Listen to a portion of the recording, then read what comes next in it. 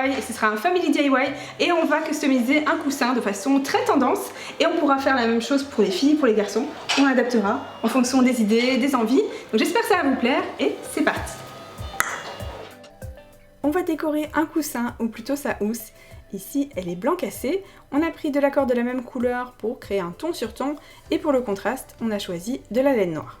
Si vous avez de petites épingles comme celle-ci, ce sera super pratique. Et on va prendre aussi de la colle pour tissu et aussi une aiguille et un fil de la même couleur que la laine.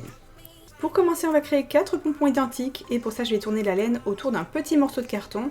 Plus votre carton sera grand, plus votre pompon sera long et plus vous tournerez, plus vous aurez un pompon épais. Une fois qu'on a découpé à la bonne longueur, enfin en tout cas une fois que ça ressemble à ce qu'on veut, on va glisser un autre morceau de laine par en dessous, on va le faire glisser tout en haut et créer un double nœud. Il n'y a plus qu'à le retirer du carton et si vous voulez plus d'explications pour les pompons, n'hésitez pas à regarder dans le i, il y aura une vidéo spéciale pompons et ce sera plus longuement expliqué avec les étapes répétées plusieurs fois. Je vais lui créer une petite tête avec un autre morceau de laine, donc on va faire de nouveau un double nœud et on va découper les fils pour qu'ils soient tous à la même longueur. Il n'y a plus qu'à répéter ces étapes pour créer 3 autres petits pompons. Voilà ce que ça donne une fois qu'on a nos 4 pompons. Et ensuite, il n'y aura plus qu'à les coudre.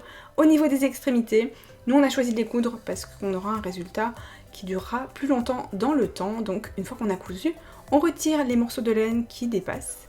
Et cette fois-ci, on va écrire sur le coussin avec la corde. Pour créer un ton sur ton, on a choisi celle-ci. Vous pouvez évidemment changer la couleur et adapter, je vous le dis tout le temps.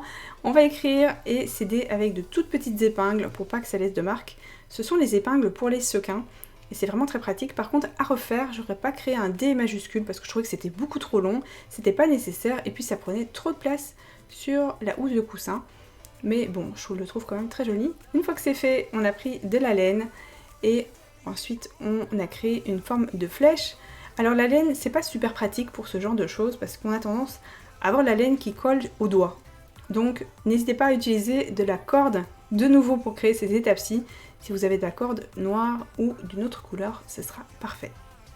Alors bien évidemment que ces étapes-ci peuvent être faites à la machine à coudre ou à la main évidemment, parce que ça tiendra mieux dans le temps et si c'est un coussin qui sera en contact avec un petit enfant ou un bébé, ce sera pas une bonne idée que ce soit collé parce que ça tiendra pas et puis surtout il va le mettre à la bouche donc ici ce sera pour un enfant donc ça posera vraiment aucun problème. Je continue ma flèche ici avec la pointe et je continue jusqu'à ce qu'on arrive à la fin où on va répéter les mêmes étapes jusqu'à ce que ça se touche.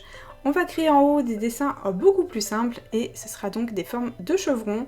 On va en créer 2 dans un sens et ensuite 2 dans l'autre sens. Il n'y aura plus qu'à laisser sécher et ensuite à replacer le coussin dans la housse et le tour est joué.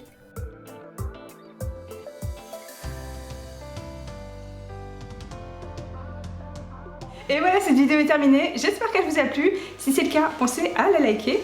Et n'hésitez pas sur les réseaux sociaux à identifier si vous reproduisez les DIY avec le hashtag FamilyDIY qu'on a créé à l'occasion de nos vidéos qu'on fait ensemble. Et puis on se donne rendez-vous tout de suite sur ma chaîne pour un second DIY. C'est parti! Go.